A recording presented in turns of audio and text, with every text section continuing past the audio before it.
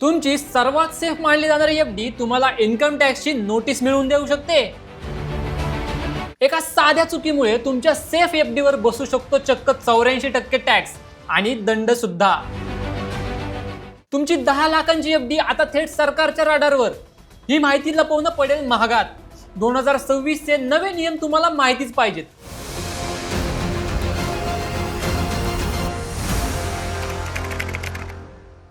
नमस्कार मित्रांनो, मी अतुल श्याम वाघमारे आणि बॉसवाला मराठीमध्ये तुमचं मनापासून स्वागत। आता आपल्या विषयाला सुरुवात करूया। फिक्स डिपॉझिट म्हणजे भारतीयांचा सर्वात आवडता गुंतवणुकीचा प्रकार का नसावा बरं?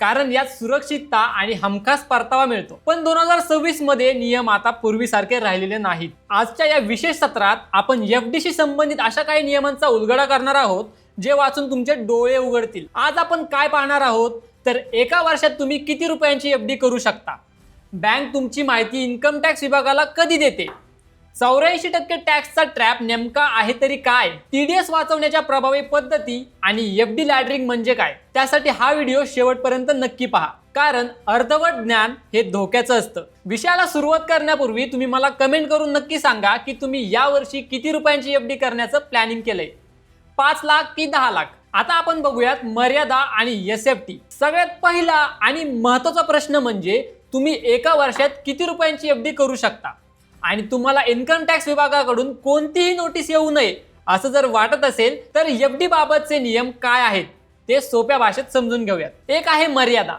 मित्रांनो, इन्कम टॅक्सच्या 114E या नियमानुसार प्रति बँक 10 लाखांची मर्यादा आहे। एका आर्थिक वर्षात जर तुम्ही 10 लाख किंवा त्यापेक्षा जास्त रुपयांची नवीन एफडी केली तर बँक त्याची माहिती एसएफटी म्हणजे स्टेटमेंट ऑफ फायनान्शियल ट्रान्झॅक्शन द्वारे इन्कम टॅक्स विभागाला देते। दुसरा आहे फक्त नवीन एफडी साठीचा नियम। ही 10 लाखांची मर्यादा फक्त नवीन गुंतवणुकीसाठी आहे। जर तुम्ही तुमची जुनी एफडी रिन्यू केली असेल किंवा जुन्या एफडीचे पैसे पुन्हा गुंतवले असतील तर त्याची माहिती बँका सरकारला देत नाहीत। तिसरा महत्त्वाचा मुद्दा म्हणजे ही मर्यादा प्रत्येक बँकेसाठी वेगवेगळी आहे। वेगवेगळ्या बँकांमधील तुमच्या एफडी एकत्र मोजल्या जात नाहीत। आता उदाहरणाद्वारे समजून घेऊया। समजा तुमच्याकडे 18 लाख रुपये आहेत आणि तुम्हाला ते एफडी मध्ये ठेवायचे आहे, तर उदाहरणार्थ तुम्ही एका बँकेत 9 लाख रुपये गुंतवले आणि दुसऱ्या बँकेत 9 लाख रुपये गुंतवले। आता या परिस्थितीत दोन्ही बँकांमधील तुमची गुंतवणूक 10 लाखांच्या आत आहे, बरोबर? त्यामुळे तांत्रिकदृष्ट्या बँक रिपोर्ट करत नसली तरी पॅन लिंक असल्यामुळे सरकारला हे कधीही कळू शकतं। हे तुमच्या अॅन्युअल इन्फॉर्मेशन स्टेटमेंट आणि टॅक्स पेयर इन्फॉर्मेशन समरी मध्ये कसं दिसतं तर जेव्हा बँक रिपोर्ट करते तेव्हा ही माहिती तुमच्या वार्षिक माहिती स्टेटमेंट मध्ये जमा होते।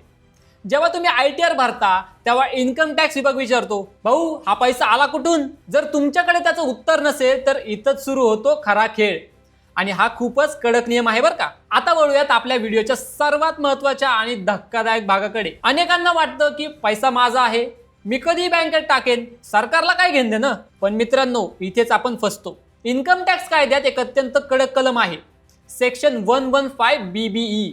हा 84% टॅक्सचा नियम आहे। पण हा नियम नेमका काय आहे ते बघूयात। जेव्हा तुम्ही 10 लाख किंवा त्यापेक्षा मोठी रक्कम बँकेत एफडी म्हणून ठेवता तेव्हा बँक याची माहिती एसएफटी द्वारे सरकारला देते। जर तुमच्या ITR मध्ये हे उत्पन्न दिसत नसेल तर तुम्हाला नोटीस येते। तिथे तुम्हाला तुमच्या उत्पन्नाचा सोर्स सिद्ध करावा लागतो। जर तुम्ही तो सिद्ध करू शकला नाही, समजा तुम्ही म्हणालात की हे पैसे घरी साठवले होते किंवा भिशीचे पैसे आहेत आणि त्याचं तुमच्याकडे पक्क बिल किंवा पुरावा नसेल तर सरकार त्या रकमेला अनएक्सप्लेन इन्व्हेस्टमेंट मानतं।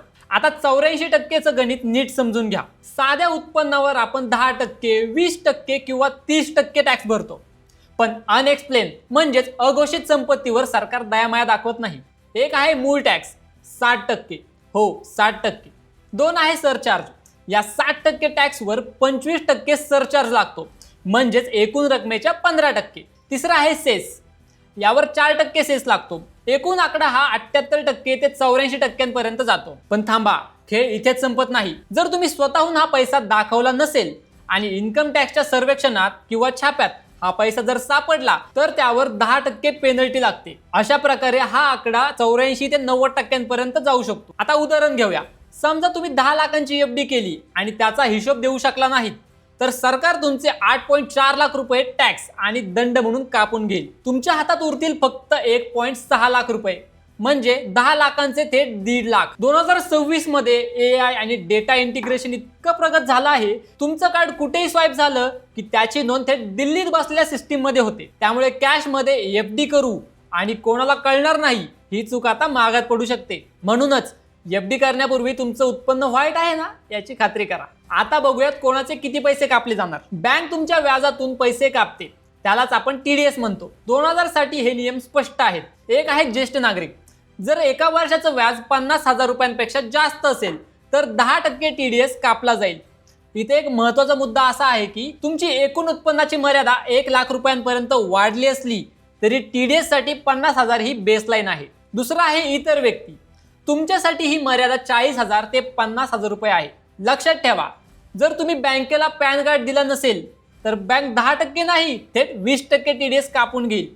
त्यामुळे तुमचं पॅन अपडेटेड असल्याची खात्री नक्की करा. आता बघूया फॉर्म 15G आणि 15H, त्यासोबतच टॅक्स कसा वाचवायचा. जर तुमचं उत्पन्न टॅक्स फ्री मर्यादेपेक्षा कमी असेल तर तुम्हाला 1 रुपयाही TDS देण्याची गरज नाही. यासाठी 2 अस्त्र आहेत.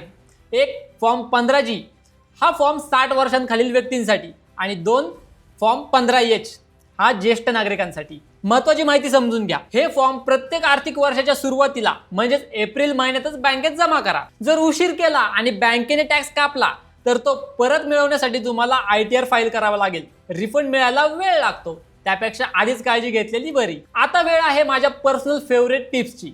पाहूया 4 प्रो स्ट्रॅटेजीज. एक, मल्टिपल बँक्स. एकाच बँकेत मोठी रक्कम ठेवण्याऐवजी ती वेगवेगळ्या बँकांमध्ये विभागून ठेवा. यामुळे 2 फायदे होतात. एक, प्रत्येक बँकेची 50,000 रुपयांची TDS मर्यादा तुम्हाला स्वतंत्रपणे मिळते. आणि 2, DICGC विमा. प्रत्येक बँकेत तुमच्या 5 लाख रुपयांपर्यंतच्या रकमेला भारत सरकारची सुरक्षा मिळते. दुसरी स्ट्रॅटेजी आहे FD लॅडरिंग. समजा तुमच्याकडे 15 लाख रुपये आहेत, ते एकाच वेळी एकाच FD मध्ये गुंतवू नका. 5 लाख रुपये एका वर्षासाठी, 5 लाख रुपये 2 वर्षांसाठी आणि 5 लाख 3 वर्षांसाठी गुंतवा. यामुळे दरवर्षी तुमची एक FD मॅच्युअर होईल. तुम्हाला पैशांची गरज लागली तर पूर्ण 15 लाखांची FD मोडण्याची गरज पडणार नाही. यालाच म्हणतात लिक्विडिटी. तिसरी स्ट्रॅटेजी आहे कौटुंबिक नियोजन. तुमच्या नावावर मोठी FD करण्याऐवजी तुमच्या पत्नीच्या किंवा मुलांच्या नावे FD करा, जर त्यांचं उत्पन्न कमी असेल तर. यामुळे काय होतं, टॅक्स लायबिलिटी विभागली जाते. चौथी स्मार्ट स्ट्रॅटेजी म्हणजे जॉईंट FD. जर तुम्ही तुमच्या पत्नी किंवा पालकांसोबत जॉईंट अकाउंट उघडलं तर टॅक्स वाचवण्यासाठी तुम्हाला मदत होऊ शकते. बँक TDS हा पहिल्या धारकाच्या नावावर कापते, पण कराची जबाबदारी तुमच्या गुंतवणुकीच्या हिश्श्यावर अवलंबून असते. त्यामुळे ज्याचं उत्पन्न कमी आहे त्याचं नाव प्रथम ठेवा. यामुळे तुमचा TDS वाचण्यात मोठी मदत होईल. आता निष्कर्ष आणि शेवटाकडे वळूयात. तर मित्रांनो, 2026 मध्ये FD करणे ही फक्त गुंतवणूक नाही तर ते एक मॅनेजमेंट आहे. 10 लाखांच्या वर नवीन FD करताना सोर्स तयार ठेवा. वेळेवर 15G 15H फॉर्म भरा आणि सर्वात महत्त्वाचं म्हणजे दरवर्षी ITR नक्की भरा, भले तुमचं उत्पन्न टॅक्स मर्यादेत नसो. या व्हिडिओचा शेवट करताना या गोष्टी लक्षात ठेवा. एक म्हणजे पॅन कार्ड लिंक आहे का, 2 म्हणजे फॉर्म 15GH भरला आहे का, 3 म्हणजे उत्पन्नाचा पुरावा तयार आहे का, 4 म्हणजे एका बँकेत 5 लाखांपेक्षा जास्त रक्कम तर नाही ना. आणि हो मित्रांनो, बॉसवाला व्हायचं असेल तर फक्त कमवणं पुरेसं नाहीये, तर कमावलेला पैसा वाचवणं ही एक कला आहे. हे नियम पाळा आणि तुमची FD खरंच सेफ ठेवा. हा व्हिडिओ तुमच्या त्या मित्राला नक्की शेअर करा जो खूप सारे FD करून बसलाय. कदाचित त्याचे लाखो रुपये वाचतील. तुम्हाला हा व्हिडिओ कसा वाटला, तुम्ही सध्या कोणत्या बँकेत FD केली आहे आणि तुम्हाला किती व्याज मिळतंय, कमेंट्समध्ये नक्की सांगा. जर तुमचे काही प्रश्न असतील तर तेही खाली विचारा. मी त्या प्रत्येक कमेंटला उत्तर देण्याचा प्रयत्न करेल. भेटूया पुढच्या व्हिडिओमध्ये. तोपर्यंत स्वतःची आणि स्वतःच्या पैशांची काळजी घ्या. अशाच इन्फॉर्मेटिव्ह व्हिडिओसाठी बॉसवाला मराठीला सबस्क्राईब करा आणि बेल आयकॉन दाबायला विसरू नका. सुरक्षित रहा, स्मार्ट बना आणि पैसे कमवत राहा. ब्रँड पार्टनरशिप आणि ॲडव्हर्टाइजमेंट इन्क्वायरीसाठी ईमेल करा brand@bosswala.com. व्हॉट्सअप करा 9108014192. बॉसवाला, बी द बॉस.